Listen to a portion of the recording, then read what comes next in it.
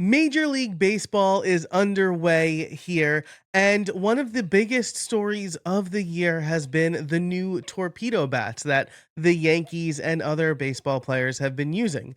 These bats presumably help the players hit the ball better, or get better hits, or hit the ball harder. The idea is that there are a lot of different types of bats out there, and these players have found a new type of bat to help them do their job better.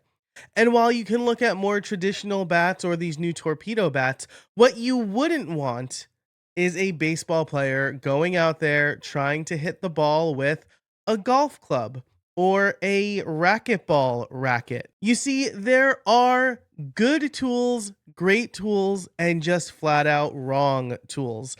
And when it comes to hosting your podcast, you want to find the torpedo bat of baseball and not the golf club of baseball, because choosing the right podcast host and the right tool could mean that your show excels or falls to the bottom. So today we're going to look at what podcast hosting is and why you need it. Hey everybody, my name's Joe Casabona. I am the evangelist here at RSS.com.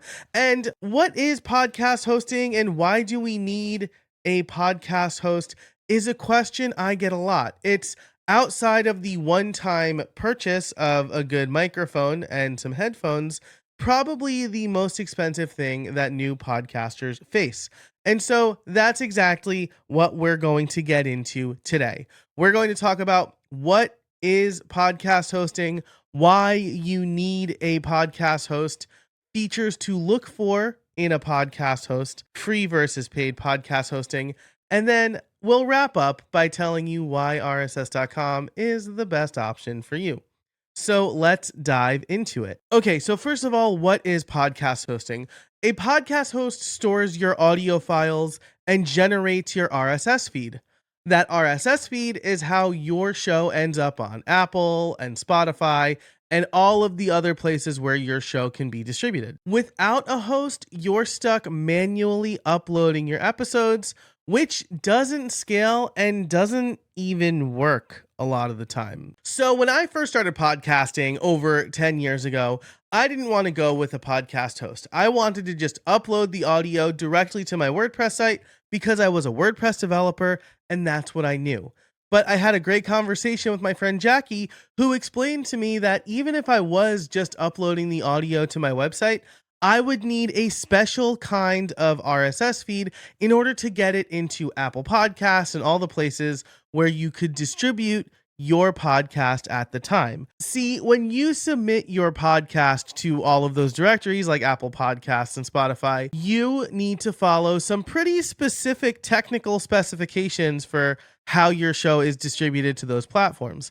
And if you're not using a podcast host, then it's up to you to then be the developer and the person supporting that RSS feed and a whole bunch of other stuff that is probably not in your purview. It is technically required for you to have a podcast specific RSS feed that you could submit to the directories. So, outside of the technical specifications, what are the benefits of podcast hosting? Well, a podcast host will store and deliver your audio files. It will create and maintain your RSS feed. You're also going to get analytics, like who's listening, where, and how. This is another thing that I wouldn't have had if I just uploaded the audio to my WordPress site. Sure, I would have seen how many people were hitting that audio file, but I wouldn't have all of the advanced analytics that you get with a host like RSS.com. Again, we talked about distribution, plus you have episode management and show settings. There are lots of things that make a podcast today, but the podcast host will help you through all of that. It'll give you what you need to create the artwork. It might create transcripts for you and a whole bunch of other things. So there are tons of benefits to having podcast hosting. Now, when you are looking for the right podcast host, you want to look for a few things. Is it easy to use? Is there a clean dashboard? I've used hosts that look like they haven't been updated since 1999 and they are difficult to use and they don't work all the time and they don't work on my phone. And those are important features. It needs to be easy to use everywhere and it needs to have a clean, user friendly interface. Analytics, they're so important. Not only for like sponsorships or understanding like how you're going to make money with your show, but also to understand your audience, right? If you know that your audience listens on Saturday nights, for example, you can make sure that you are uploading your latest episode by Saturday evening so your audience has something to listen to on Saturday night. If you know that your audience is primarily coming from Italy, then you can tailor your content for your Italian centric audience. You want to have good support? Again, you are here to create great content, not be a website developer or web application manager. And so you want to have good support when things go wrong. You want monetization options. This is becoming more and more of a very important feature for podcast hosting platforms. You want a host that will help you make money and offset the costs of actually doing a podcast. You want to look at storage and bandwidth. There are some hosts that will limit you by the number of hours you can upload or by the number of downloads that your show could have. So, like, the more successful your show is, the more expensive it's going to be. These last two features I think are nice to have. A podcast website. I've been, a web developer for a long time. And while I think it's important to have a dedicated podcast website, I think lots of hosts are doing a good job at making sure you have a nicely integrated podcast website with features for people who prefer to listen on the web. And I think that's really important. And the ability to host multiple shows, right? We did a video about a podcast network where I shared an anecdote that like podcasts are like tattoos. You say you're only going to have one and then you have a bunch. And some hosts charge you per show. Some hosts charge you by download. So they'll look at the total downloads of all of your shows. And so the more shows you have, the more you might have to pay.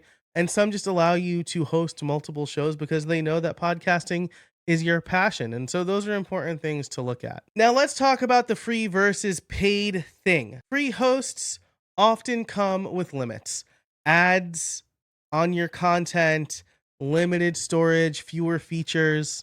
Whereas paid hosts, yes, they cost money, but paying that money ensures that they'll be around, that they'll invest in better infrastructure, that you'll actually get support and new features. And some paid hosts do offer a free tier. This is something that I always tell people. If you're not paying for the product, you likely are the product. So if we look at Spotify for creators, yes, they offer free podcast hosting, but it is very much in their interest to have as much content on their platform as possible. And so they're not always looking in the best interest of the creator. They are looking at their best interest. And if it works for creators, then great. So there can be a lot of downsides to free podcast hosting. You can lose your data if that hosts delete episodes after a certain amount of time. I've seen it, right? Or in the case of both Spotify and YouTube, if their algorithm determines that you have violated their terms of agreement, you could just lose your account or your account could get hacked and it might be hard to get back. So they might just shut down your account. There's a story from a few years ago where on Spotify, this creator was making a ton of money with her podcast on Spotify. And Spotify just deleted it one day, kind of accidentally.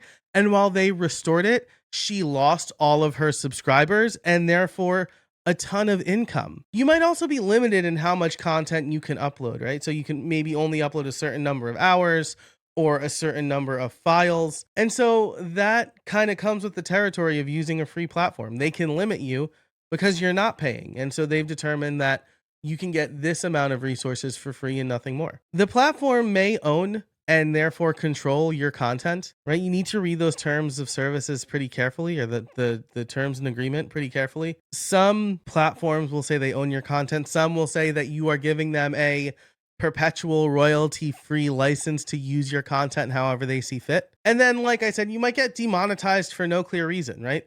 So, yes, follow the terms of the agreement, right?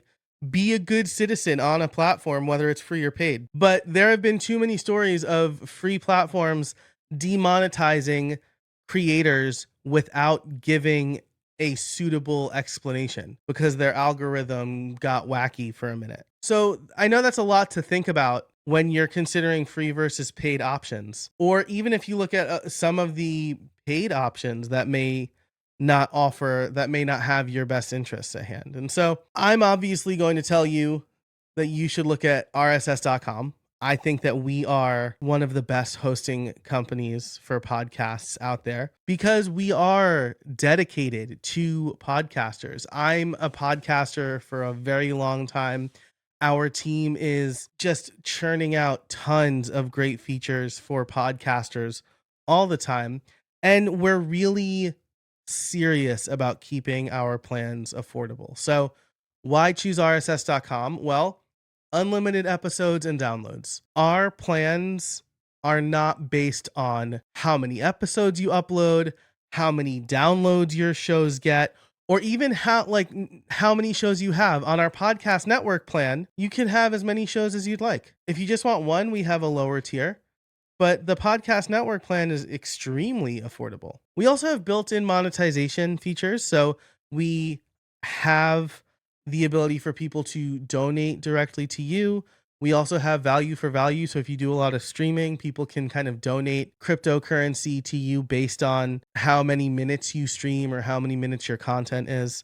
And we have a current and future form of dynamic ads. So we are dedicated to making sure you get paid for making great content. We also have an affiliate program too. So if you love rss.com and you want to talk about it on your show, you can join our affiliate program and get some money that way as well. Distribution in one click. We make it as easy as possible for you to get your show in as many places as possible. That includes now automatic one-click distribution to Apple Podcasts, which has always been a pain in the neck. So we'll link that video below too. So if you do sign up for rss.com, you don't have to worry about the rigmarole of going through the million steps of submitting your show to Apple Podcasts anymore.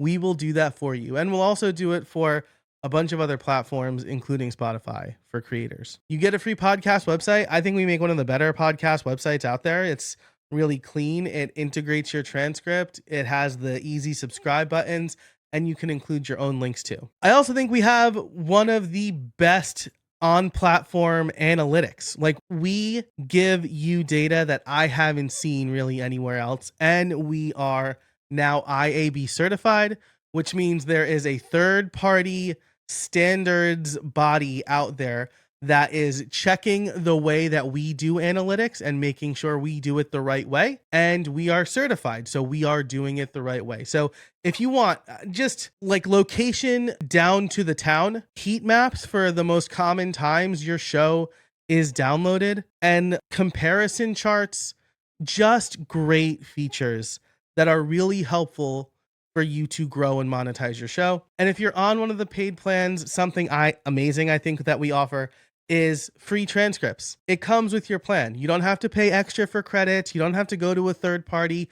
You can just hit I want the transcript. We'll generate it for you, and then we'll add it to your podcast website, and people can click in the transcript to like jump to that part of the episode. I think that's really cool. So we have we have thought a lot about what podcasters need, and we have been building them into our platform for years. And I think that bang for your buck, you're not going to find a better host than rss.com. Now, that said, we do have a free trial. You sign up for free. You don't have to pay until you want to publish your first episode, but you can get a free month where you can publish your episode for free if you use the code RSS free month, all one word, all caps, over at rss.com. So if you've gone through this and you're like, yes, I want to try rss.com, we'll give you a free month with the coupon code you see on the screen here, RSS free month, over at rss.com. Now, there are lots of options out there. And if you want to read our comparison, click on the link in the description below. It'll take you to our blog where you can get a comparison of all of the podcast hosts. So that's it for this video. I hope you enjoyed it. If you have any questions about hosting in general, let us know in the comments below. If you liked this video, be sure to like